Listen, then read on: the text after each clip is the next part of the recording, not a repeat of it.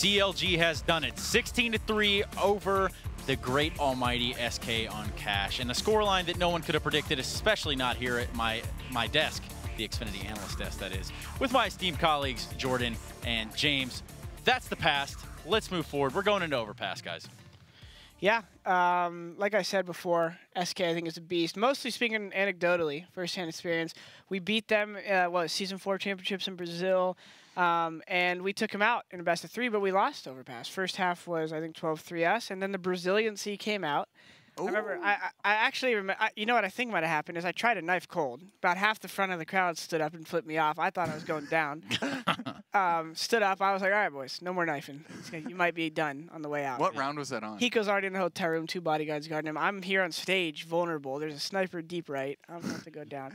No, but seriously, these guys, every round after 13-2, when I played them, round to round is a concept that most teams at our level talk about. Everyone always asks me online questions: consistency, how do you stay in it, your attitude, this, that, the other. At a pro level, at a team level, when you're not talking about your matchmaking stats or your ESEA stats, what everything's about at our level is round to round. And I think when everyone cites resiliency, that's what they're talking about with SK. One of the toughest things to do is to let things go, is to not think about what happened. The only thing you should be thinking about in the past is if you messed up a strat. I messed up my smoke lineup. I messed up the way I entered. My comms are bad. Think about those, fix them. Or something they adapted. I missed that shot, boo-hoo. Cry about it. If that's not meant for this level, you're not bringing that energy to the next level is actually detrimental to your team, and you're doing your team a disservice. SK has always been very good at respecting the game and putting their emotions aside, even though they're very emotional people. So you know that's how much they want to win. So I think tonight, if nothing's changed, they're going to come back and they're going to beat CLG. If something's going on under the hood, as Landers was saying, then maybe CLG gets them. Totally different ballgame. We've beaten SK 2-0 online in events because I just think sometimes they're not there.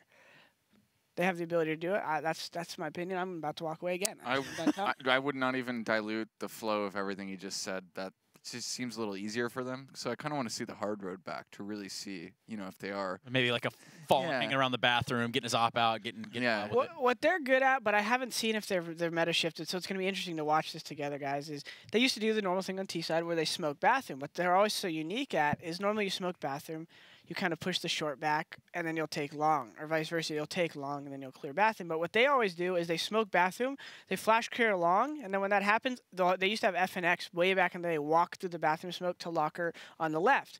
Now, if he ran into a guy locker, the assumed setup was 1 locker, 1 planter, and then the rotator's kind of aware if they say, hey, they can come up short, he'd be aware of that. So they would abuse it, go to that play. If FNX made contact, they would flood up short before the rotator can get there, and they would do that play, and they still kind of replicate it. So their T side has that, and on CT side, they kind of reverse it. They leave Fur at the planter long alone because they know people default. He spots it. If he doesn't get info, he camps, and then late flanks. So they have all these aspects to their game that are contingent on the normal things you would see on a default. And if they don't see them, they always have these little tweaks. So look at them on both sides, guys, when you're watching, and see if you could pick up on some of the risks they take and why you think they took them, because it's pretty exciting to watch them make these decisions. Well, I want to get into the Betway odds, but not quite yet. The Betway. I want to ask you guys what you're thinking in terms of predictions on Overpass, because last predictions, well, I mean, if SK starts CT side, you can see anything like 16-2. Like, that's a realistic scoreline. Like, it actually is, it's anything 16-2 to 16-8. But if CLG is going to be bringing the heat like that, like they looked very well orchestrated, I'm saying like, double digits for CLG here, regardless of the side SK starts on. I think I'm going to start predicting gun rounds. I'm going to say SK wins at 10-6. Is that a weird thing? Because what if pistols, right? Just remove the pistols. SK's winning gun rounds 10-6. Let's say win both pistols. 16-6? Jordan, this is your world. 13-6. Then they don't even finish. He's elevating our thoughts to a higher level, right? So, we're thinking about it at an elementary level. Now we're thinking about it at the more meaningful level, because pistol rounds are usually random, right? The more middle school level, then we'll finally go to high school. Let's give them both a pistol, and I'm going to say 16-9. 2 pistols SK, 16-6. 0 pistol SK, 16-11. Betway Thor, odds. do you have any charts for me? We can break this down a little. Betway odds are seemingly kind of where they were last one when we first. Seemingly palindromic. Yeah, that word, exactly. Anyway, I mean, is this a surprise? I mean, this is SK we're talking about. Seems good. Outstanding. Good way. Yeah. Well, guess what? I'm going to go ahead and bring our commentators into the fold because you know what? I think that they've had just enough off time where they are ready to get back into the fold here. Guys, is this going to be an SK map or is this going to be a CLG map? I think it's still kind of like the same situation where SK is pretty advantaged. Are going to get crushed. So. Well, I don't know. What do you think? I still feel like SK's favorite here, even with CLG taking that last. I think it's going to be like SK are going to win this map 11-4. What? I'm trying to be on Jordan level right now. Okay, yeah. I guess that's it. Anyway, we're gonna be starting here in just a couple of moments. I mean, like, what do SK need to change here now? Because they don't need to change anything. Their overpass is way better. But yeah, like their overpass is like insane compared to CLG. I don't even know what. I'll be honest. I don't even know what CLG's overpass looks like right now. That's the big question mark with this matchup because we don't see them play this map this often. So I'm just gonna assume that SK are gonna be way better than they were on Cash. That's for sure. I think I was wrongfully doubtful that SK were going to play better on Cash, even though just because it's just not that difficult of a map. But yeah, Overpass is just like their Overpass is amazing. So yeah. All right. But we're gonna have to see. Yeah. As we should be starting in just a couple of moments, guys. But Overpass, like we said before, is a very different beast. A lot of different things coming into the play. Like we said, with CLG not having a whole lot of history, and we would hope that they would still be confident because they're going on to this matchup. In the past, with the old roster, this was a matchup that they played quite commonly and oftentimes beat a lot of European teams. But like I said, that's long in the past, and maybe with FNS and Cutler being the one exceptions, the roster is completely different now. So most of that probably doesn't carry over here. Yeah. But Fallen is like. This is one of the maps that I watched so many demos of Fallen opping on because he was like incredibly annoying. This map allows you to rotate super easily through CT, and so as an opper, especially like Fallen, where you're such a nuisance because you're in so many places at once, he's got so many angles to work with. He can fall back whenever he wants and be in like another aggressive spot on the other side of the map. Like in a matter of moments, they have stairs control, or if they have B, and sometimes he'll push through like long B and op someone like walking through short to go to monster. So he's always in the craziest, weirdest positions, and that's why I just think like the fact that he's not afraid to do that, and he does that at majors. You know what I mean? Yeah. Well, there was the crazy clip that he had. I think it was Katowice 2016 as well, where ESL uses it quite a bit actually to highlight that event, where he was able to pull off that crazy. I think it was against Navi, if I recall correctly. 1v5. Yeah, it was like the 1v5 that he pulled off with an op, and it was like these crazy no scopes he kept hitting. He hit a flick that was off his screen from CT. Yeah, that was some insane stuff back then. But anyway, we are live here now. CLG is going to be starting off on the CT side this time. SK jump onto the T side. Let's jump right into it and see if CLG can pull it off again, or if it's going to be SK this time. And if an SK gets himself a good start, he's able to take down Fur right from the beginning of it. Putting us down to a 5v4, but SK are going to try to crawl out through Monster. Not really crawl, just rush out through Monster up to the site very quickly. Flash goes high into the air, blinds both teams, really. And now as SK move in, they're not even paying attention over here to construction, where Ethan just snipes out another player. Doesn't survive for very long, though. It's a quick trade from Cold. FNS actually made a little bit of a mistake there as he quickly switched his gun, and that did not give him enough time to recover. But Ricky is able to push up with a trade. It's going to keep CLG in a slight amount of control. SK did get control over the site, but they pushed the bomb really far forward up towards like Pit. So Fallen has to route all the way back through Toxic to be able to plant this bomb. And even if they go for the plant, that's not entirely safe since they still have that player at Sandbags and Construction to deal with. Kusta, I believe, is over inside of the CT cubby. And then you have Ethan playing over there inside, or excuse me, not Ethan. Oh, he's peeking. Yeah, Cutler's just ready to take this fight. They just lost Kusta, however, the cubby, and Cutler in the open. As you said, it's a little bit risky here to have him out in the open. It's Ricky, excuse me, that's playing up in heaven. I think I said Ethan before, but it's Ricky sitting up on top trying to take this fight. SK still not being given the room they need to plant, though. They still don't feel confident enough to go for that, but they're going to have to do this eventually. And finally, they go for it. Fallen being the one to take charge. Cutler does not take the opportunity to push forward here. He's looking for the shot. In fact, he had him in the open, but he wanted his head too badly. It was still covered behind the safe plant position here. And now Ricky's left alone. He does some good damage on the initial follow-up and even hits Fallen himself as he falls away from that fight. Now Ricky's going to dive back in. He himself does not have a kit, but I'm going to assume there's some on this site somewhere. And yep, there we go. He goes right back over there. That was Kusta that had it before, and he picks it up now. But the problem here is that he's going to have a really rough time pulling off these 1v2. He doesn't need to try and get these kills. The smoke goes onto the ground. He's going to jump up on top. Ooh, there's that wall there. They're going to move up to him and try to knife him. He goes outside and eventually just goes to the cold. It's a little awkward at the end there for Ricky, but SK does win the round. Oh, man. He didn't realize it, but he could have technically gotten out of heaven and gotten closer. The problem was it was hard for him to be more useful to Cutler in that 2v2 and the bomb went down. And Cutler was cut off at short B when he crossed off of Sandbags. So it's a very tough spot. SK made that as difficult as possible for CLG to do anything with it, even with the man advantage. And because they waited so long, Kusta, I think just like gave it a slight peek to find out if the Ts were still there, because most CTs had any information on B site.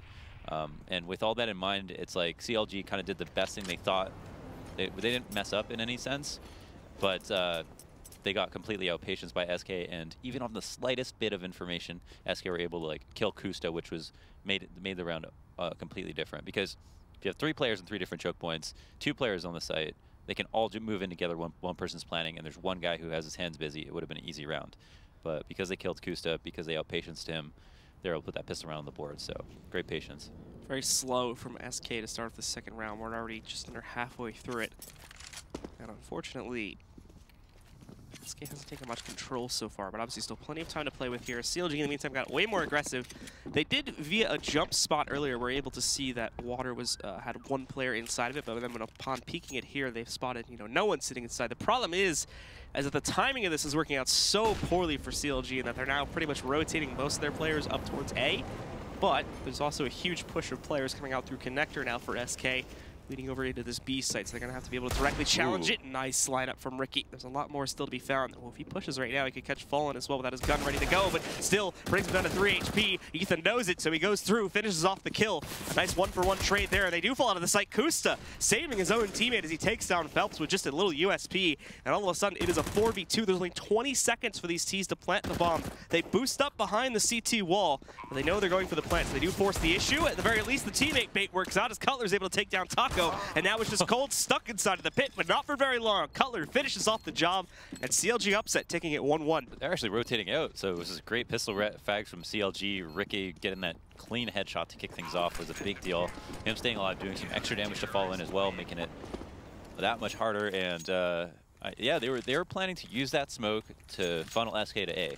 SK ended up going B through short, the 1 choke point they were ready for, and it ended up costing them the round. So nice shots overall, and it didn't seem like SK were messing up too badly, apart from the fact that they just weren't winning their trades versus pistols when they should have, but good deagle headshots though.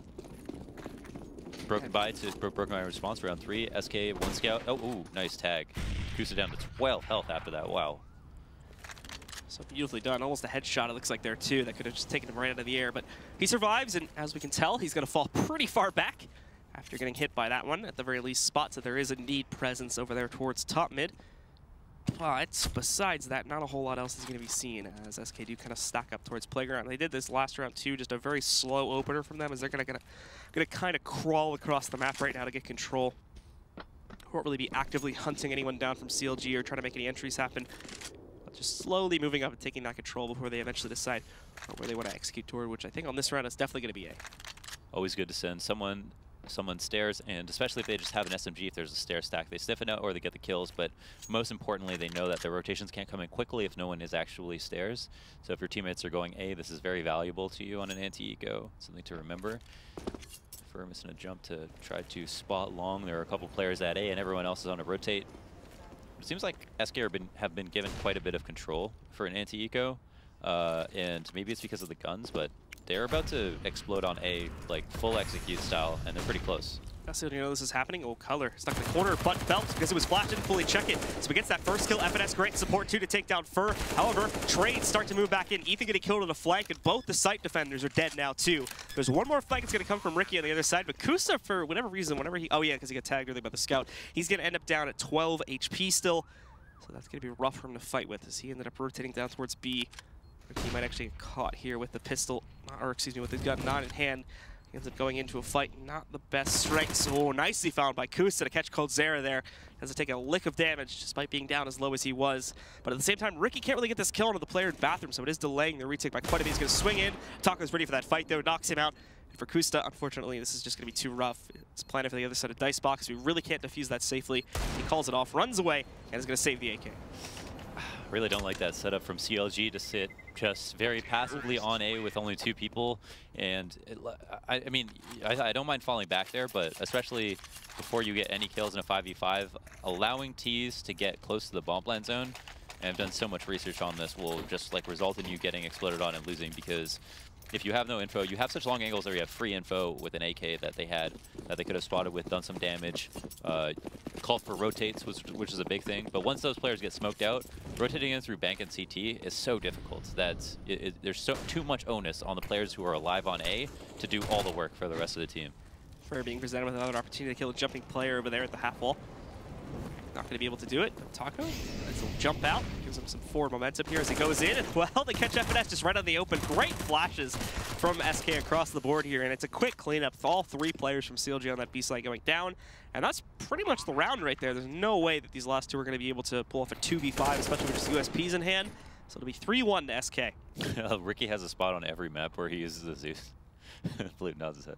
Yeah, he just has like a very well-practiced angled that he gets away with using the Zeus. But no one comes down the stairs at him this time. And SK keep 5 alive. So after kind of having an embarrassing second round versus Pistols, they look like they've cleaned up their act a lot. And it didn't actually seem like they did too much wrong even on that round, I think, as I brought up. So I'm not very surprised. And so, last kill. I was about to falter on that for a second. So SK with really great control here, and for the guys on CLG, they are going to be able to get themselves a buy here, but it's not exactly amazing. For instance, you have to see Ricky downgrading there to an ump so that they can afford utility for him, and FNS is in a similar situation. They should be able to just have him buy an M4 because, yeah, the other 3 have enough utility at the very least, and that's what they decide to do, but he will not get anything besides a smoke. Let's see what the initial setup is right now. They kept Fur, or they're using Fur with the Mac 10. I think they realized that because of the way CLG bought that they're going to probably sacrifice head armor. They actually only have 1 kit on Kusta, which isn't actually that bad, and Fur going to be leading the way. So he has the ability to get a lot of information in. As long as his crosshair placement is fine, he can actually kill people in 1 shot, which is this Mac 10. So that could be a big win for SK, who will also reap the rewards of a significant kill bonus. And this also allows them to look for information a lot more aggressively because they're not worried about losing him. FNS, one of 2 people at A, absolutely no support in the situation, dies at long. He wouldn't have even had an escape out of long bathrooms via long if they decided to split there, so I don't really like how he was out there alone. And so now SK just slowly move up, getting ready to pinch on A to close out upon it. Still a 3-man setup for CLG down at B too, so we're not going to see them rotate anytime too soon. They have started to push their players out towards water and whatnot though, which is going to pretty much sound the alarm that it's probably not coming towards B, and they're going to be safe to rotate most of these guys at least halfway up. That's what they do decide to do here as SK themselves get ready to move in for the execute onto the site. As they go for it, our first attempts get kills don't go so well, but Fallen corrects that very quickly. Kusta just can't have any luck against these scouts, unfortunately. As he gets wrecked by 2 rounds in a row. We take it down. Phelps and Fur both pick up kills on the way in as well, and that's pretty much it. Ricky's already down to be in the last man standing. He was going to line up a flank, but that's pretty much dead now. Yeah, it seems like CLG are already way too scared for some reason. They're not taking advantage of any of that forward A territory that's so free for you on CT side, and just in like pretty much essential on Overpass as a CT for you to be somewhat aggressive, considering how much ground you're given for free. The map is designed well where like the sight boxes don't provide that much good cover, and instead it's important to like try to do damage early on in safe ways and then fall back after that. But CLG falling in that passive setup right away, well, SK are going to know how to abuse that very easily. They're not even going to use that many nades knowing that CLG are playing that passively. And now they're on a save and are going to be more timid than ever. And SK again spreading their players out early on. We do get another jump spot against Fur. At least he should have been able to spot him there. Ooh. Fur going to very quickly be lunged into a battle against FNS, but he's able to win it. Takes him out of the round and gives SK another 5v4 advantage to start the round off with. Besides that, that was I think they might have Ethan sitting in the cubby. Besides that, that's the only players they have set to defend B right now. Everybody else is on the other side of the map, ready to defend A, and they're going to be doing it quite aggressively too. coldzera should be able to hear this movement, spots Ricky, shuts him down, looking for the second. He's low now, 50 HP, so he does fall back to a safer position so as not to lose his life. But the problem is, the ignorance of Long is going to let Cutler walk right up, take out coldzera before he can do any further damage. And oh, okay, a little bit awkward there, but Fur still is able to take down Ethan, clearing out the B site. The bomb in a spot where I don't know if he can see it. Did Kusa see it? No, he wouldn't. No, there's no way he's going to see that. He is going to push it, though, but the ops trade right on him right now, and I think that's what Fallen is waiting for. Oh, boom. Not a boom, but a whiff, it would seem, as he falls back. And That's okay. This would be great if it worked, but they're going back with Wild to I don't know why they would run after him in Yeah. this situation. So yeah, they're going to walk away, plant that bomb, and I think Kusta's probably going to look to save here. Same for Cutler. More than likely, he'll probably just support him, maybe get an exit kill or two, but that'll be it. Taco's even waiting for players to maybe go through party over there. Let's see if he can shut them down just from that angle. See, it is really interesting that we can see from this match, and I don't want to call it too early, but SK are like visibly way more prepared for this first half at least than CLG are. But it's really interesting that we could see, like last game, SK looked awful compared to CLG, but CLG did look great. I don't want to take that away from them. But the fact that consistency can be found through preparation as well as your ability to hit shots individually, and I think a lot of people forget that. Now we can see why SK is like, you know, such a good team, even though last match it looked like they were straight up individually worse than a team that is tiers below them. Yeah, that's a really good point. It was a really quick recovery to kind of come back in and so far kind of dominate this matchup too, because the gun rounds for the most part have been all SK. Yeah. We saw, I think CLG won the second round where they upset there, but besides that, they've kind of fallen flat, especially on like the site engagements too. That's really been dominant for SK so far in this matchup here. CLG, for one, they're losing players early on in the round way more often than SK is. Two, when it comes to the actual site setups, they seem to panic really much. I think you used a good word, that they're giving them too much respect. Yeah. They're kind of sitting really far back in the site. They're not really trying to actively challenge the pushes from SK for the most part too. Yeah. Here we finally have an aggressive A setup. SK are going to be using their nades naturally. Phelps taking stairs control, can do this by herself with a smoke, only having to worry about the door. This turns into short as two players converge on it. Now we'll see what CLG's response is. Because SK went for map control on the other side of the map, it's going to be worrying for them. So it's good that they did go for map control, but they're going to be scared to hang on to this because their nades are going to start to fade. And because it's at A, they're going to be thinking, well, should we even be here? And it's really going to come down to, well, what's their response now? They picked the wrong side of the map to take hold of. And he's going to push himself forward here too a little bit more as he smokes off, just tries to give the illusion that there is going to be some pressure coming through short A. And he's right about that, but the problem is I don't think he's expecting yet. Wasn't expecting to find Ethan in that aggressive push-up spot, which is only, for the most part, going to lead to a 1-on-1 trade. So at the very least gets that kill there for free.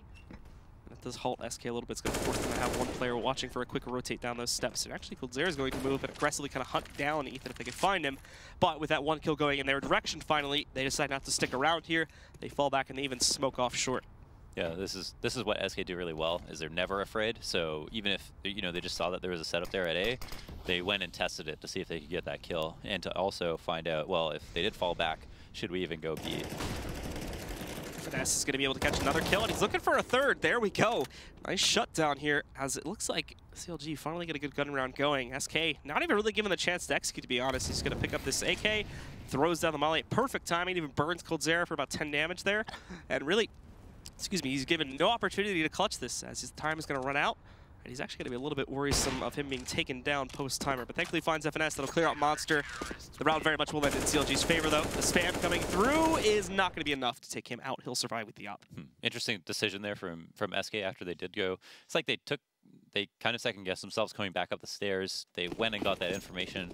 But when they got that information, it seemed like, all right, they saw that CLG have fallen back. And so that means like A control can be given up to them. But they might have assumed that, okay, CLG fell back, but they were still stacking A, when in reality there were no nades baited out at B site, and they used those nades, and they were comfortable having players rotate in to be able to support them. So it seemed like SK would have had a better time going back to A after they got that information, but instead decided to continue with B. And now another 3-man setup from CLG at A. It worked for them on the previous round as SK in their default eventually found their way back up the stairs. Fallen getting quite aggressive. The man to die first last round. After getting caught out, we'll hold on to that scope with conviction. And Ethan still going to look for his opportunity to peek out here as well. See if he can get anyone pushing in early on. Coldzera. Phelps might be the first players to try and push back in, but SK are kind of holding. The flash goes in. It does not affect Ethan, but Ethan is not caught peeking. It's going to be Cutler that challenges it first from the actual bathrooms direction here. Ethan's still playing to the top connector. He'll fall back over to the site, since again, they got that early kill. They seem to be playing with the usual philosophy, but there's no need to continue challenging that after they get that 5v4. Fallen, however, will be able to just barely pick off Cutler before he's able to safely fall back to the site. So it quickly goes down to a 4v4, and they've yet to realize this is a fake. Oh, and what's even better is that CLG are rotating players off that B site here now as they get lower and lower. Fur moves in with the bomb in hand. Phelps executes one more up on top, but Kusta also catches a trade, taking down Phelps. And now it's going to cause a lot of confusion here for the CLG camp, as they're down 2 players left alive. FNS is trying to push himself up the ramp here. Oh, that was a quick kill on Taco. Stop the plant. And now they have to force it. I don't think Kusta's going to be able to stop it here as Fallen has already gone for it. And I don't think Kusta heard it. So they still get the plant off. But Kusta still going to have a chance to clutch this now. It's just going to be tough. He takes the shot to mask the fall. I think they heard it anyway because there's that splash too. Now as he goes forward, ooh, both of them miss their shots. He's going to smoke off Monster to do this. Timer getting a little bit low here, so he does have to proceed forward. And the smoke, unfortunately, doesn't cover a whole lot. So he does have to flash it, following it up, tries to go for the long-range Zeus shot. Obviously not going to work at that range. Goes up, he should know he's close now, but I don't think he realized he actually stuck behind sandbags, so Fur is able to freely peek out and take him down. I don't even know what to say about that. That's really funny. That was instincts taking over right there. Yeah, exactly. That was an interesting round from SK, but it seemed, okay, so it was like a double fake ultimately. They were like, seemed like they were going to B, but then they were really getting aggressive at A, ended up faking that, going back. And then I think what's tough is that it's hard to say, like, were they going to follow up on the frags, or did they intend to go B in the first place? Because they really did appear to be, like, pressuring A quite heavily. Now, at CLG, probably had a difficult time reading that whole situation, but what the nail in the coffin was them losing 2 individual frags, one on each side of the map, to kick it off. But great job from SK causing confusion. Cutler getting 1, he tags a second, brings Taco down to 55 HP, but Fur also... Ooh, nice, a little combo kill there. Fallen helping out a bit as Taco takes another fight against FNS, is able to eliminate him. Just 2 left alive at the CTs now. Coldzera getting tagged at 2, but he did bring Ricky down to 18. And I think he's just going to camp away, hiding in that corner there. Let's Fallen pick the bomb. They need to restore some sanity to this round as it is getting a little chaotic. I think SK should be able to group up right outside of bathrooms here and then make a push towards A, where CLG probably don't have the greatest chance of defending it.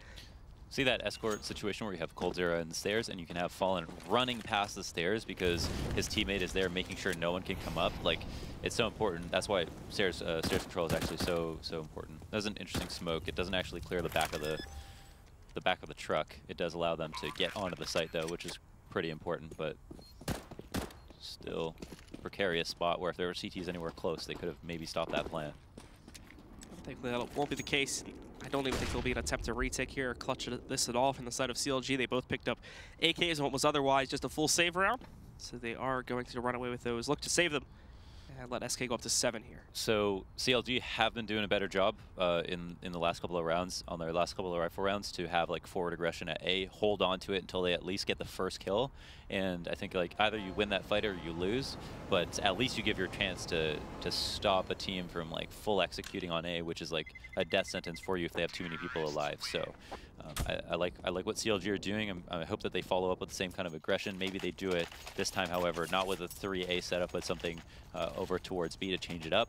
And you know, that's you know, can kind of keep throwing change-ups at the terrorists to make it difficult for them to invest too many nades in trying to get map control. That's how you catch them off guard. Well, into the next round we go. SK continuing to build up their economy in the process here too. I think Fallen specifically has just got over 10K, whereas the rest are varied amounts. Yeah. Meanwhile, it looks like SK are just going to bulldoze their way into B site this time. And Fur, nicely done, just deletes Ethan from the server. Ricky's going to be able to trade for 1, but he's very quickly taken down after that. You can see Cold's already set up to stop rotates. Oh, FNS need to check for that a little bit too, just to check well enough. Coldzera takes him out, and Fur, ooh, a little bit aggressive there, pushes in. He's going to be able to find 1 for himself as they finally take out a second player from SK here. And Cold, oh, almost losing himself from that fight, but Cutler takes so much damage that he does decide to bail out from it. Runs away up the steps, and I think him and Kusta are much more focused on saving now. Yeah, he made that really difficult. Instant entry on B, long B hits straight up. CLG actually went for stairs control, which can be extremely valuable versus B hits because you have like a door that you can open, you know that nobody's coming to A, and you know that you can flank short people if they try to split B, which is huge. Because if you have one person pushing short and then one person opening a door, you're one of those guys 100% getting that kill. That's like a great answer for teams that do go for short control on terrorist. But the initial kill from Fur was huge. The great flashes in, neutralized their second man, Ethan, who actually did get a kill, but still, overall, the hit was way too strong. That was such a nice reaction from Ethan, or from Fur on Ethan.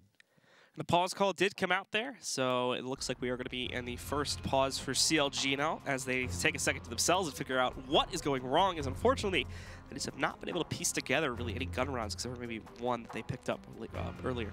So they did do a change up. They did just go for stairs control instead of having 3 people set up at A. They had 1 person back on A, 2 of the other A players walking down the stairs to hold onto it, and then 2 people in B. Very standard setup, covers a lot of options. Good that they were changing it up. SK, in response to all of those defaults that they've been doing that have been working out, decided to hit long B hard. And this is a good like back of the pocket strat where it's something that you can do versus any team. There's been halves where Virtus Pro have run a long B hit like 7 rifle rounds in a row or something like that, just because it can be so powerful. It's nice that when you come out of this choke point at long B, if you rush and then you know that they don't have time to get to the opposite side of Monster, that you can run out and all look one way. Whereas a lot of choke points, you gotta have like some kind of crossfire to deal with, and that's what makes a rush on long B on Cobble favorable for the same reasons, because you run out, you can have your back against the wall, and you can all be focused on the site. Makes it very difficult for CTs who don't pre-nade to deal with it. Starting off on this round, SK will spread their players out once more. Investigating options over towards Playground even too, while they keep the bomb right up on top of the ladder. Inside a connector. And CLG setting up for actually a pretty heavy setup on B. In fact, they only have Kusta defending the A site. And he isn't pushed out that far either. He's just inside of bathrooms right now. So he's going to have to basically sound the alarm if SK do decide to push towards that site and quickly attempt to get everyone else from CLG from the B site up towards A so they can put up some sort of a defense. Cutler would be the nearest rotated heaven, but they do have 3 out on the platform on B. We can kind of see a very passive default from SK in response to a timeout from CLG. No actual aggression out of CLG, however, and instead we have not even like standard CT aggression, apart from like a straight up like push into a flank, which is what SK are hoping for. CLG haven't done anything to take control of whatever they want. So now CLG are moving into long control, which you haven't actually seen CLG have a response for to begin with. Now they're calling a rotation in off of a feeling because they actually don't have the information to do this. Stairs control has been taken by SK, 30 seconds remaining, 3 players rotating into the site. But again, it's a site that doesn't offer a lot of free cover, so I want to say that SK have a great chance to win this, but there's 20 seconds remaining. Fur is going to start this off right now as he's able to take down Cutler, but SK, as you said, are up against the clock at this point. CLG sounded the alarms as they attempt to rotate everybody from up on top. Kusta firing off for 1. His teammate trying to support, but Phelps just mows them both down. Ricky is able to trade on a Fur to eliminate him at the very least, but still only 2 remain for the CT side now. They just got the plant with about 3 seconds in excess, and now it's up to Ethan in a 1v3. Yeah, Ethan's going to come up through bank, and he's in a very difficult to win position. That's a good first kill, however. No player on truck, this Molotov will be wasted, but it'll at least give him some knowledge, and he might think it could have missed, which is actually a big problem for him. 1 player in bathrooms, who he's probably anticipating to be there, but doesn't ever have to peek. He's going to push him into a new spot, and it's actually Phelps and CT to catch him off guard. So there it is, SK win. CLG play back in the site, they get executed on, you know, because there's 2 players. That was, even though it looked like, okay, Phelps got those 2 kills on players sitting at truck together. Oh, that's very lucky that they're sitting at truck together. Well, that is the problem with A-Site, is that there's not enough places for CTs to stand and all be useful. So that's why you cannot just sit there. And because of that, that's why they got killed together. So it's not that they could have had a better setup on the site. It's just that there was nowhere for anyone to rotate into that was that would have helped them avoid getting killed from players in bathrooms. Well, after that, CLG do have to go on to another eco again here, and we've already seen SK tear through these with no problems whatsoever many, many times as Ethan getting lit up. Oh, okay, nice response. Finally takes down Phelps. He was causing some problems here in connector, but now Ethan's gonna, ooh, I wish he pushed the ladder there. So he would have been able to find the bomb and at least tried to defend that, but he'll be happy to fall back with the AK and armor build up here so they can try to fight later on the round. Taco pushing in, and despite being flashed, controls the spray to get a double kill on Ricky and Kusta. I think he saw Cutler fall too. He knows he's down here somewhere. There we go. Spots him, knocks him out. The Taco lurk on beat is very well known in the community, and once again it shines itself here on this eco round as he mows through it with absolutely no problems whatsoever. Just Ethan left alive with that AK, and Fallen even expects it. Oh, Fallen actually does get that kill there. Takes down Ethan, so he'll be able to win it out. And SK now move into double digits. Taco with the BM. Seminar incoming. Yeah, this is some great stuff here from Taco. And remember, for anybody that is like new to CSGO, you're blinded way more in that situation than it looks like you are on our screen as well. The screen is probably completely white for Taco on his screen. 3 kills to open up the site, a lot of info gained, lots of money saved for SK as they didn't lose their player who almost certainly should have died if he didn't have the understanding that he's got to spray and pray. And Fallen just barely avoids Ricky. Oh, wow. a different target taken out. I don't know if he realizes that fallen cross. Ricky holds onto that angle a little bit longer, but oh, very smart Molotov. Would have definitely got caught by Phelps, who was raring to catch whoever just killed his teammate. Yeah, that bought him actually like 5 seconds or so to move out and further back to the site. He sees them pushing, so he should be calling for some help by now. No one from CLG moving just yet, though. They didn't see enough, so they are going to stick downstairs for the time being and have to call for those rotates a little bit later. But Cutler, a very advanced position to take this fight. Thankfully, it's only Fur playing out on long right now, so if he takes him down, he's clear, and he'll be good to hold this position, maybe even line up a flank through the bathroom connector, too. If he wants to try and go for that, that is. But now nothing else has been seen towards B. We are going to start to see more rotates from the CLG side of things. Ethan specifically, I think, will be the next to move up. But Cold was able to catch, I think, right at the bottom of steps. He probably found Kusta pushing out towards construction there. Cutler strikes on top at, the long portion, though, and he's able to take down Fur. And that's going to send everyone from SK up towards that to try and trade that kill out. That's been the big problem for SK, has been trying to successfully find these trade kills, as a lot of their players have been dying alone, and there just hasn't been much opportunity for them to do that. Okay, this is a long set if that actually makes sense. Now they got their kills. There's 4v3. They could potentially let them execute on the A site and have a much better chance of winning now. As they go in, Cutler, Coldzera sees that coming from a mile away, so just destroys it. It was through the wall as well, and now they're going to be able to move up. They're just going to clear out a couple last angles, and they could go for the plant behind the dice box here. Ethan tries to challenge it, gets very close to eliminating both of those players, and FNS does the job for them. Now it's just Coldzera in a 1v3. He's patiently waiting for the peek from the APC here, but he does see Ethan coming out first, tries to correct it, but not going to happen. CLG shuts it down, and finally they claim another gun round. There you go. They got their kill early. Cutler's in a much better spot at long than FNS was earlier in the half. FNS was inside long bathrooms with no one to support him. Here, Cutler was pushed up long, but on an angle that Ricky could cover him from. So he can get that kill, stay alive, and when they got it, and even when he died, because they got 4-on-3 early on, the execute came in. There wasn't enough people to defend the plant, and with one person's hands busy, CLG able to rotate in. It was just like a much better round. So you can fall back, play passively, you just can't do it right away. Coldzera actually gets hit really early on in this round. He's already lost over half his HP, actually, due to his play over here. I think that might have been the op or something that might have done that damage to him, although that's a low amount of damage. Regardless, Phelps has a cross out here and looks for a little bit of revenge, but not going to be able to find it. CLG do fall back to the edge of bathrooms and are not going to keep that A presence out once again. You can see that. Very scared to take that open duel, especially towards the entrance of bathrooms. So they've been no strangers to kind of falling back and just giving SK that room time and time again. Kusta is going to start to inch out a little bit more as he starts to get curious about if SK actually pushed into this or if they maybe decided to rotate down through like connector. Whoa, the timing on that almost works out for Cutler, who also decided to push into the bathrooms there too. Oh, Kusta gave up on the angle though. They both did. Yeah, they both did. He had support for a second. He could have hung on to it, but he was scared of stairs. SK did decide to take that rotate, though, so they've all gone down. But due to FNS pushing all the way up towards connector and not spotting anything like past the flower pot, that has cause for a rotate. So to a certain degree, CLG do know what is happening. Ethan close up, spams in. Definitely a little bit less control than what we saw from Taco a couple rounds back. And after we see him getting that one kill, there's 2 more trades from SK to take down both Kusta and Ethan. The remaining CTs, except for FNS, are also stuck behind a smoke right now over here at the CT wall. So it is going to be rough to get anything done. And FNS got found in construction. So SK very much in control of this situation. The 2v4 not looking likely unless one of these guys does decide to push over here towards CT main, giving them an option here, which is probably not going to happen. And even if it does now, it makes more sense. Yeah, they can hear the jumping. Oh, Cutler, I think, just saw his feet, but... So going to peek it. Yeah. How's that going to happen? Okay, so this kind of sucks for CLG because they actually did like a... They actually had like a pretty good like reaction. No, getting into the site, it just came down to these like nasty shots being hit. Ethan tried to push through the smoke. Cold was a little bit late. That was perfect for him. And then, yeah, shutting down the short flank as well. So the retake had there was no chance for the retake at all. But CLG's initial reaction to setting up at A with Cutler and Kusta, they knew that on that previous round that they won. SK Gaming went from A, and once they fall off, they went B. They had the correct read on that. Set up in the B site, just couldn't hit their shots. So overall, like, that's something that as a team, when you lose that round, you got to remember, okay, we did the right thing. It just didn't work out. Yeah. CLG is able to try to force into this situation, but the buy doesn't end up being that great. Fur tries to take 2 different duels, and oh no, Phelps actually is the one that is eliminated first off by Cutler. Down here on the steps, he's able to find him. I would have thought for sure it would have been Fur, but Fur actually comes out on top.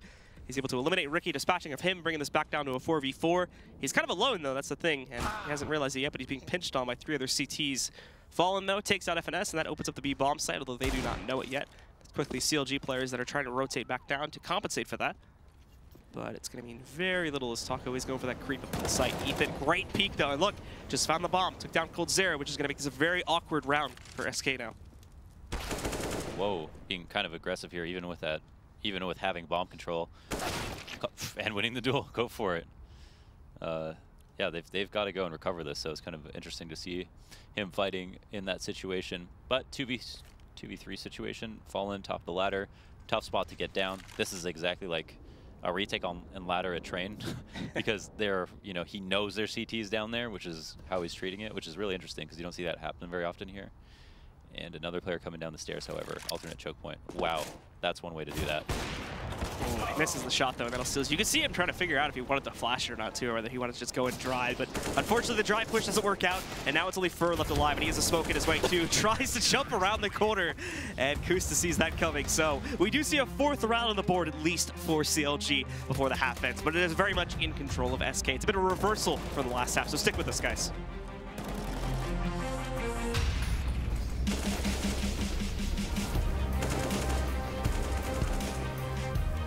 ESL Pro League is brought to you in part by Intel, the City of Odense, GeForce GTX, Lenovo Legion, Bedway, Pay Safeguard, Logitech G, Mountain Dew League, Xfinity, and ESEA.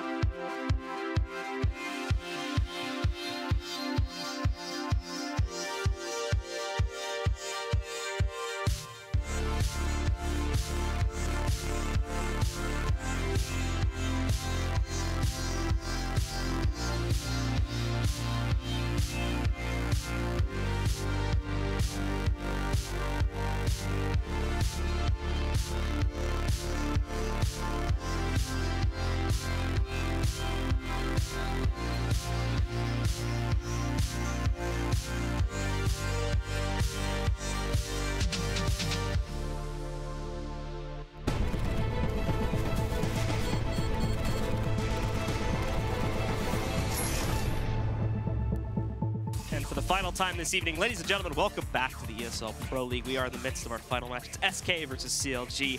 After we saw CLG take dominant control over map number 1 on Cash, 16-3 was the final score there. We now moved over to Overpass, where it is SK in control, 11-4 coming off the first half. Yeah, 11-4. The rounds that CLG did win were good. They're worth noting. There was a round that they took control of A and forced SK to B. They had a good rotation there. There was a couple rounds that they lost, even when they had the right play. Overall, SK did a great job of abusing their A by attacking them when they were set up in positions on the site that they couldn't have rotates come in for and helped. So overall, SK did a great job of just like winning the majority of the rifle rounds by abusing their A. That's too bad for CLG. They looked so much better in the last map. Yeah, it was a little bit unfortunate because I think they thought they were going to be able to carry over some of the steam from the previous map, going on Overpass, but it just seems like the unfamiliarity with it really shined out as they seem very lost in quite a few of those rounds, quite a few misreads as well, like really late rotates, and just led to, obviously, like I said, there's a few very notable gun rounds that they weren't able to win, but those were just so few and far between, and there was, especially towards the beginning of the half, quite a few rounds where SK was just kind of running over them and not even giving them a chance. And we'll really see on the T side. This is where teams will show you how prepared they are on the map. CT side, you can almost BS your way through. You can get lucky sometimes. Sometimes things just click. But on T side, if you don't have your defaults talked about, you don't have executes to fall back on, it'll be very obvious that you weren't prepared for the map at all. So I'm sure they have thought about and talked about Overpass, but will they be prepared for SKCT side? Find out this episode. Yeah, absolutely. And we're going to have to see if that'll hold true, of course. Looks like we're still waiting on a few of the players to ready up here, and then we should be able to jump into the second half and get things started here. Should be just a couple more seconds, and then we'll go live and get to see if we'll have a relatively short second half with SK taking control, making this 1-1, or if it'll be a bit of a longer one. We'll get to see CLG round the comeback, round from 4 rounds. And here we go, folks. Jumping into it now, CLG on the T side. Setting up right out the gate, just like in the CT side of Cash, Fallen, getting a defuse kit, the flash.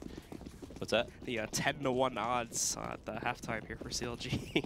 Oh man. So I don't know. Baseless pistol round, actually, that's not a. It's interesting. How have the odds changed? Well, they change like as the game's going on, I think. Oh. Because I think you could bet like in the middle of the game. Oh, I'm down for that. Yeah. All in right now. Well, we've got CLG pushing up. And SK actually playing very passively here on the pistol. They're not trying to push out at all, except for Coldzera, who kind of went over towards the sandbags position at construction. But besides that, SK are playing to the sites, just waiting for CLG to push in. It looks like CLG is probably going to go for some sort of an A play here, as they split between long and short. Just trying to figure out exactly how they want to split it. And they'll probably move an X here. They've even got a semi-decent amount of utility. 2 smokes and a molly to try and work on this site with. So they should be able to get pretty decent coverage to, if not win the round, at least plant the bomb here, especially on this site. Always the temptation to play long angles with the USPs. Here we see them trying to abuse that. And with the smokes cascading over, they understand it's going to be an A-hit. Nice shot from Fur. Not sure if he spotted the second player, though, but he's going to be able to hear it coming now as Kusta attempts to roll right in here at the moment. Not too much success being found here from the side of CLG, but finally one is picked up by Ethan. It seems like it might be the only one, however, but luck changes for the guys at CLG. Ricky strikes with at least 1 kill. Taco coming in, trades it out, and Coldzera finishes off the round. It's SK to control it as they push up to 12. So here's a round where there isn't a way for Glocks to like truly explode on you that easily, especially if you can peek long, and you know that you feel safe doing that as a CT with the USP, considering the best gun they could have is a deagle, and that's not an easy shot to hit. A USP is far better than a deagle on a pistol round. It is nice, though, on T side to use a deagle over a Glock in some situations. See players like Nico using it, and there are some others like Ricky, actually, I think is one of them. And here is the second round of the half. CLG tried, but couldn't get away with that full-on hit at A, and have moved into what is basically 3 players looking for picks, but everybody set up in like almost a rifle default. And so, besides the CLG are going to spread out. Ricky finally gets that kill towards Monster that he's been looking for a while now, so he's going to hit that shot against Taco. He'll come out on top there, so at the very least CLG do get the advantage to start off with. They will need a little bit more than that, though, to win the round. So we can see Ricky going spamming again here now. He's trying to see if he could find anybody right outside of construction. Won't be the case this time. Most of the other players are getting ready to push in through long. And we have Ethan being the one at short, who will probably group up with Ricky. Actually, maybe not. Well, we're starting to see players change positions a little bit. So they might actually decide to go down towards B instead. The thing is, B is not necessarily open anymore, though. SK was able to push out.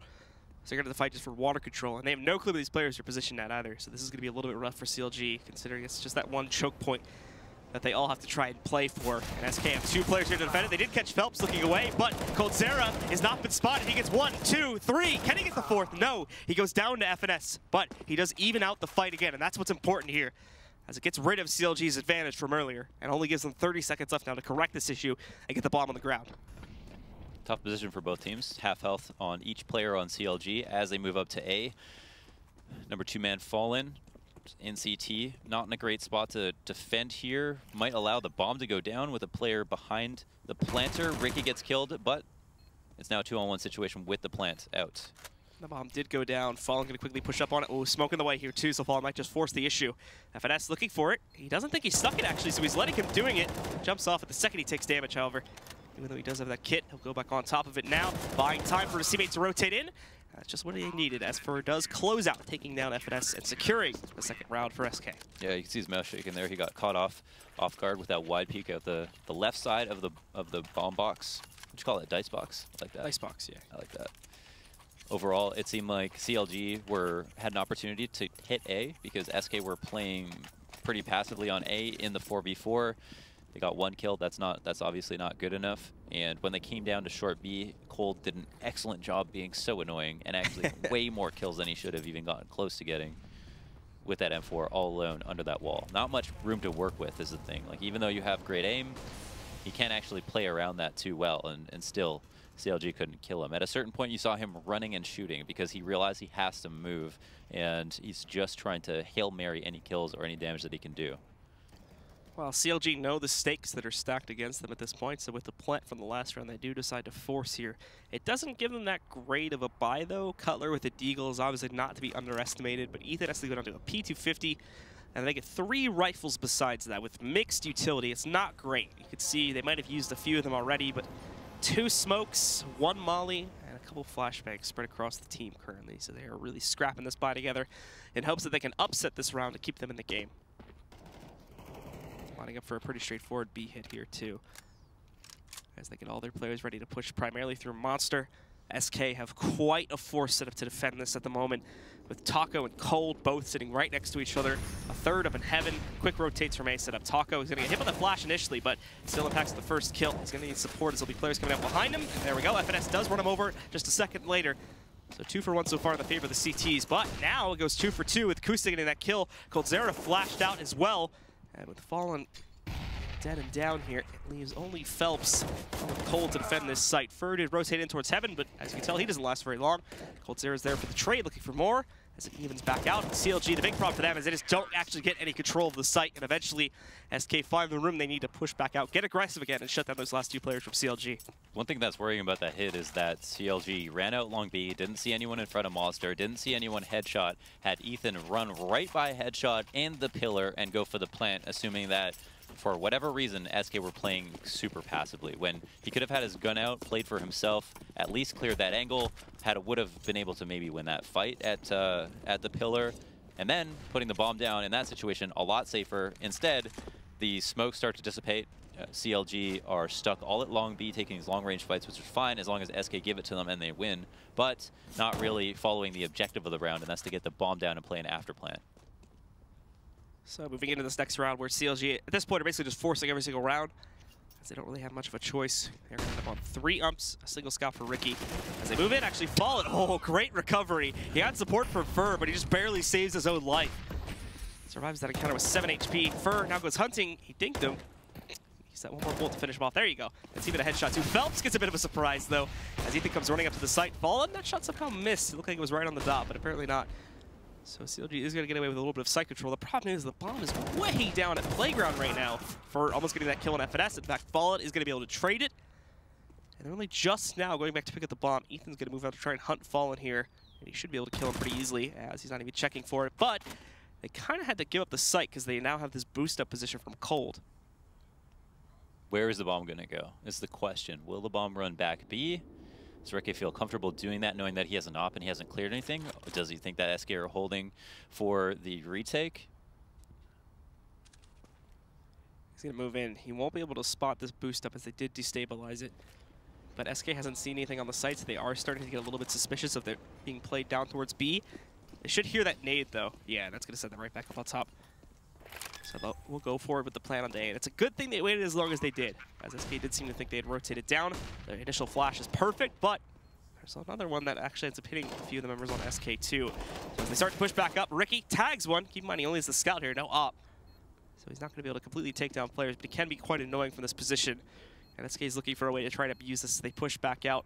Ricky and Ethan have a great cross-spray position here. In fact, Ethan, he's going to be able to take down both of them, winning the round for CLG and keeping them in this match. Very well done by Ethan. Great kills there. Good 2v2 setup from CLG, and great recovery in a situation where the A hit was falling apart.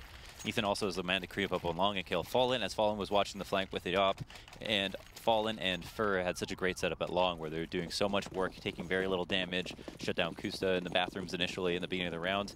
So overall, SK looked super good, and yet CLG dealt with them extremely well. And so that'll immediately break SK here, as they are going to be on an interesting by themselves. Fallen, trying to play with a shotgun. It's Ethan, yeah, Ethan saw him somehow there instead of the smoke. So predicts that position. That's going to be able to catch him out, taking him down. They are a little bit worrisome of a second player being in step, so Ethan won't push all the way through water just yet. We'll stick around for a few more moments, wait for the smoke to fade away before we can check that. And then go out to support the rest of his teammates who are lined up outside of B, ready to go essentially for a hit if they want to. They just need to get the bomb up there. And oh, the flash comes out. Taco's going to make his push, and he succeeds in getting the kill, too. Just a walkout from Taco. And all of a sudden, B's not such an appetizing option anymore. Yeah, B's not such an appetizing option. Taco has the most amount of control you could possibly have here. He's going to fall back off it, but even because he was there and wasn't spotted falling back, they are going to be super worried about re-aggressing long. They have to go all the way through spawn to safely attack him, and instead are either going to, I guess it seems, hit up short without having long control, but yeah, not trying to deal with him whatsoever. They spot him though, they see him in pit. Now they're getting ready for him to move back out. coldzera getting one more with the Deagle, looking for a second here. He's going to be careful not to take too much damage, as his teammate can take a little bit more of that heat since he has the AK in hand. So he holds back, and that'll push most of CLG away. Remember, CLG's getting low on time here, too. Only 30 seconds left to plant the bomb. Yeah, do they even know where he's just? No, they don't know where he's. They still think that he's out there, which is really weird that they went B, even though they didn't have long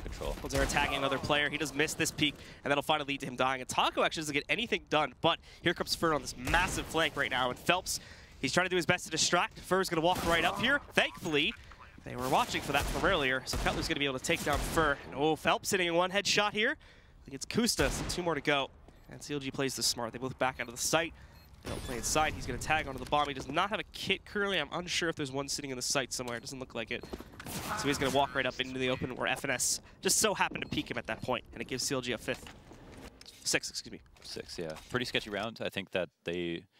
Here's Taco pushing long B, getting the kill, and then CLG decided to go B in spite of this, even though they know they gave up a gun in this situation. coldzera getting a kill and then doing some damage. Not staying alive maybe as long as he could, but still being a pest. And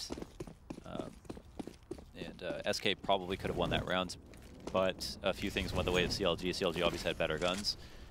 Ultimately, I wonder what it was that caused them to continue with that hit, even though it wasn't really in their favor. So as the nade starts to roll out there, CLG are going to start this round off a little bit slower, but Kusta nicely found. Takes out Fer very quickly. Just 3 bullets are all that's needed to eliminate him. Fallen is going to look for revenge on this. However, there's a large chance he gets caught by one of the 2 players in between him right now. They do have him sandwiched, even though they don't realize it yet. He gets all the way to this wall. Hold on, this may be changing a little bit here now. He's not going to be... What's going on? Oh, no, he got spotted by Kusta. He could have looked for Kusta there, and then maybe cobbled that into something else, but spotted that player bathroom, and that threw him off his original target, which led to him going down. Now it's a pretty consistent situation here for CLG at this point. If they're going to push right up to A, and it should just be a walk-on plant for them. The last 2 just trying to stay alive. They do have Phelps with the Deagle, so we might be able to get at least 1 or 2 kills here. But no, Cutler fighting cold. And Phelps goes out right after that. Nice clean round from CLG there. Obviously SK very lightly bought into it, but CLG makes sure not to get upset by those Deagles or anything like that. There's definitely a case to be made to use a little utility. Sometimes utility is completely wasted on anti-eco. Sometimes you shouldn't buy much utility because of the way that you plan on playing the round, and some people will just buy all the utility possible just in case of like extenuating circumstances. But in that situation, we see a little bit of utility for a fake did a lot to make sure that the anti-eco went as cleanly as possible. And they were able to funnel a lot of kills with the SMGs, which is really good. Everybody winning their duels, keeping range battles, and separating all the CTs. Now as CLG start their quick push out, Fer is going to be stuck inside of those bathrooms, but you can very much hear the footsteps of them going downstairs the steps. And Cutler actually ends up going back up. Both of them do. So this is actually interesting from CLG. I'm trying to throw Fer off of him. Fer obviously sees the nade coming inside, so he's got to know something's up. Whether he knows it's 2 players or not is up to him. Goes in, gets both the kills before Ethan's able to spam him through the wall, take him down out of the fight. It's still a winning trade for SK at the moment, however. But they do have to split the remaining players up 2-2 across the map. So it's up to CLG to make the right choice here.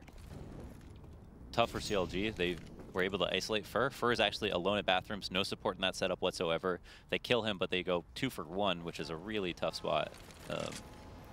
And here's a end of long control smoke to try to get something going. For SK, they're going to look at this and they're going to think, well, we don't actually have to move off of this, but we're going to be aware of the fact that the smoke went down. This is obviously so that he can get close enough to explode. Wow, are you serious? A FAMA spray to the end of a long through a smoke. to do 100 damage. So that's definitely going to hurt the morale for CLG as they work their way in. Ethan can't even get this first kill. Fallen does great damage to Ethan, and Phelps will have to finish it off as Ethan does get the kill. You can see Phelps there just trying to jump around, staying alive. Ricky now the last man standing, tries to tap away for that kill, but he can't get it. Coldzera shuts him down, and that puts SK up to map point. I cannot believe that he killed him from that far away with Falmus bullets through a smoke. That's some sick stuff. It's very well controlled. Yeah, but ultimately it comes down to Fur winning the 2 duels to start it off. Coldzera leading the way right now. Oh, Phelps reconnected to the server. Oh, okay, it's 3 kills. It's very confused. Yeah, I think that like resets it on ESL servers, so that's probably what happened. But SK looking to close out here. Obviously, we do still have a full buy coming in from CLG, so they have their best chance to stop it. Remember, they now need to run 8 rounds straight. They can't lose a single one here as they're going to start this round off incredibly slow, as we would somewhat expect at this point. Ricky, however, is going to push into the zone. The flash, unfortunately, doesn't connect on the Taco at all, so Taco easily shuts that down. He's like, hey, I'm here. Hey, I'm coming through. And I'm alone. Watch out, boys. I think he was expecting that flash to do a little bit more than it did. It's not even, it's like his own flash too, so they know exactly how far he is away. Not the best plan. No. Well, that's all we get a 5v4. As SK will take that gladly. And now CLG have to look to recover from this as they're going to push in. Mafallen is ready in the bathroom, so he gets the advantage here. Not only is it a 5v4, it's a 5v3 here. It even gets a great flash to the player outside, too. Fur's waiting up on top. CLG, unfortunately, have made some massive mistakes in this round, and it might just cost them the map. Cutler, at very least, trades this kill onto Fur, but they're still at a 4v2 now. They have at least 40 seconds left, so they still have the time advantage working in their favor, but that is very quickly going to dwindle down. So they need to make a quick decision here about how they're going to proceed, and it looks like they're still sticking with the plan to push up towards A. Fallen winning in this corner. I would imagine Cutler would suspect that, but we will see. As they move out, Fallen's going to flash in, checks towards Long, gets the spam from Cutler. Kusta did take down Phelps, but Coldzera takes out a bit of a spam-happy Cutler, and Kusta, actually does hit that shot of the spin around, but it's a leg. It does not take him down, and SK will win it out. So we come back to reality here for map number 2, and SK does take control at the end of the day, winning map number 2 with a final score of 16-7, I think it was. Yeah, I think James predicted between like 15, like 6 to 9, or it was Jordan? And that's like the, and that's like the get-owned territory, right? Anything below 8 or so rounds, or around 8 rounds, they're still in get-owned territory, where SK were by far and away the better team in both halves. So they get their revenge for map number 1 at the very least. They look so much better, completely different team, and it's because they're just they're so good at Overpass. So even if they're not feeling it, they just are so far ahead of the Overpass meta compared to CLG. All right, well, our analysts are ready to take it away from us here and close out the night. So gentlemen, what do we make of map number 2 there? How about that one, boys? Well, I was watching that one pretty closely. I was trying to figure out, kind of the A map control stuff that SK was doing. It was looking pretty good. I think you kind of hit it on the head there, pushing through the front bathroom smoke. Yeah, they had a really cool exec onto A as well. Yeah, overall, it looked pretty much what I expected from SK. A couple obvious hits that still worked out. It just shows the overwhelming ability of SK. I think one round towards B on Overpass, they fell back. And CLG had 3 there, but they double smoked graffiti, mollied everything out. SK just looks a little bit more comfortable on this map. Like I said, I think a map like Cash, I think that's why a lot of the top teams were kind of shying away from Cash and Cobble, is because there's a certain randomness. I don't know if it's randomness, but it's kind of easy to have a good T-half without Easy to be proficient. Easy to be proficient, and you don't need a lot to just wait out grenades. And on a map like Overpass, your hits are going to be a little bit more forecasted if you don't have a good job with map control. I got people losing their crap over here. But either way, SK didn't completely lose their crap. They tied it 1-1 in the series, and I think they're going to have some stuff to talk about and decide if they want to keep letting a map like Cash through, which surprised me. I think it was like, I think Launder said it best. He was like, maps like Overpass, or you can't really fake the T side, right? Yeah. Like you can fake the CT side, like you can get kind of lucky. Well, I didn't want to say that and offend. Well, it's not really fake. It's like things can go well for you without you, planning for it to go well, right? It's like a strategy that works not because of what you were trying to do, but because. Just hold back. Hold on. We'll take a look at their round 5. Does that sound fair to you? Does that sound okay to you? Sound like Yeah. Let's do it. Let's load. What we got going on right here, guys? Okay, so hey, we don't see the part I wanted to see. But basically that smoke that lands between the dice box, the dice is the default box, and the right side semi, right? The one that everyone shoots over the headshot angle. Yeah. So what Fallen does is right before that smoke lands, right as the CT who's peeking jump up sees that smoke about to land, right? They feel safe. They're like, oh yeah, the smoke's gonna land. I'm gonna run over to semi, it's gonna be all good. And then Fallen peeks out of front bathroom with his scout and headshots the guy right before the smoke blooms, right? Like that's like a common that's a common thing that people do on many maps when you exec, right? See the wall it's just like it's like a perfect like example just showing it, right? And he was on our pop, so we saw Fur it. snakes in. Yeah, Fur is always just he's ready to hold W and one shot you, right? And then another cool thing that we saw was I'm not sure who the first person was that did this on a widely used basis, but FaZe versus C9 at ESL New York, they were showing all these different types of like defaults on Overpass, and one of them was the front bathroom smoke and the divider smoke. You know the dividers, like the short A, those little stairs that everyone likes to op. Yeah, Guardian spot, like right? Call it. I hesitate to use player names for spots because you know like it's not like it's hard to teach new players that. So that's like a default, right? Smoke both those spots, clear fountain fast, and clear the connector from the top side with one guy lurking. Pinch it quick, yeah. Pinch yeah, it's fun. Pinch it quick. You know, I was just looking here at my Lenovo Legion laptop, and I was really kind of looking at round 10 myself, but I think you wanted to go around 10 with the audience, so I'm going to let you do that. Yeah, so right here, we're going to see who throws the divider smoke. Okay, so it's Cold Zera, so that's going to land at Guardian. Right, so what it's going to do is it's going to basically signal the CTs to stay A, right? So their rotation towards B is going to be staved off for a little bit. And, you know, Fur is just going to do Fur things, and Ricky gets a lucky kill there, but the round's basically over less than 30 seconds into it, right? Yep. So obviously, you know, that was a call based on, like, the CT's economy. They didn't throw a lot of nades along B, but that might have been called, like, oh, yeah, smoke coming towards A. Like, maybe don't counter flash on B so much, or, you know, maybe they mentally they kind of just fell asleep there a little bit. They definitely had 3A, and you don't know if that's a call from CLG in the beginning, but if it is, it's an unfortunate one. But either way, that V creep is super powerful, and if you know when to throw that in, it could work well for your team. You saw sometimes it's not the best answer. What was that? FaZe versus Liquid 15-14 round where you see Stanislav nade himself. Now everyone says, "Oh, Stanislav nade himself." That's irrelevant. That just happens. Like what actually happened was they did a B creep, and Nico. You see Nico's barrel in the beginning of the round, and right when he smokes the molly, or right when like the molly is smoked, he immediately goes forward and underhands that flash and stops it. Now, if a player is not on point, it's really easy to flood. We call it get out the floodgates as the tease, and then the trades are open. It looks like a simple kind of brute force strat, and it is, but it can work, especially done right.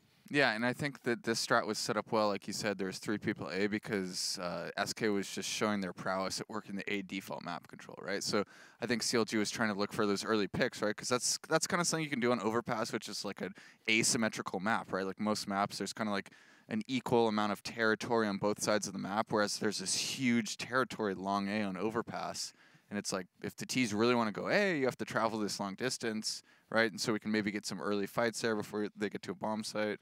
All that aside, I think we definitely saw SK come back. It looks like between the maps, they just said, listen, we got to show up. Yeah. Was it 2-0 pistols or 1-1? 2-0 this map. 2-0 pistols. And you see that even if SK 1-1 the pistols, like split them, I still see SK winning the gun rounds. And that's what I was talking about before, making predictions based off gun rounds. Because you look towards the real less random numbers there when you're talking about just gun rounds. So it was cool to see SK show that.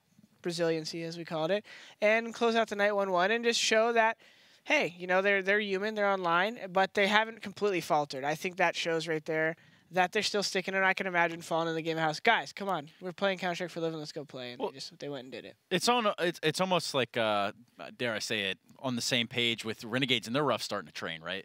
So we saw a rough start from SK on their first map, but when they got the ball rolling, it was a totally different ball game. And however, if you're just joining us, you're already a little late to the party, but you've also missed a great matchup or 2 or 3 or even 4, or you know what, hell, the whole season.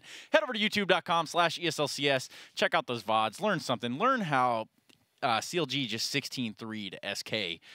That's definitely one for the books. You just got to spin on the bomb while you're defusing it, that's how. It's the game we play. It's the game we love. Let's take a look at today's matches, though, because I did just say some of the spoilers here on our side of the things. Let's look over in the secondary stream. 16-13, you know, Optic over Complexity, and then a 16-14 Mirage. I mean, barring the Cloud9 and Ghost results, that's pretty close for Complexity Optic. Yeah, I mean, most people on paper would say that Optic will be the stronger team just due to the names of the people on the team. but Complexity's been practicing with each other for far longer. And when you're looking at maps like Train and Mirage, sometimes that practice can, you know, come through. You just never know, right? Those are close score lines. Obviously, I didn't watch them for myself as I was focused on these, so I'd like to look at that later. Well, let's look now at the standings instead and see where this one's falling. After a day of play here, you're going to notice that some of the logos are a little off. Not a big deal. But Optic Gaming sliding in 10-2, Misfits 8-2, being knocked out of that #1 position at the end of the night. And then we're going to see as the rest unfold. Yeah, I think we're going to see Cloud9 and Liquid move up a couple spots. We'll see if Misfits and NRG could hold on to that 2 and 3 seed. That's pretty strong from them. On the European side, let's see what's going on here. Yeah, we got a little Fnatic. Jeez, look at that team list. It's just so beastly when you look at the European side of things. You know, most of it living up to their name, Fnatic, looking a little online. Is that what's going on? Dare I say it? What's going on over here, boys? No, it's full of legends. This is definitely going to make up for a fun final in Denmark, huh? I feel like the story of like late 2017 is going to have North included a lot. I just have a feeling. Yeah, most certainly. Well, let's take a look at tomorrow's schedule. We will be back on the mainstream to cover Immortal, CLG, as well as Liquid and Energy. Then over on the secondary stream, you're going to have Splice, Cloud9, and Complexity and Luminosity. So, I mean, Liquid Energy could be something to watch tomorrow. Is that first few matches going to happen with Immortals? Is that going to take place? Who's going to be the 5? Tweet us now, ESL. Yeah. ESLCS. Let's make, I think it is. Anyway, that does it for us today. We've had quite the showing here on the desk, and you know what? I always have a good time with these guys. We hope you guys enjoyed it too. We'll be back tomorrow here at the Intel Esports Arena in Burbank, California for the ESL Pro League. See ya.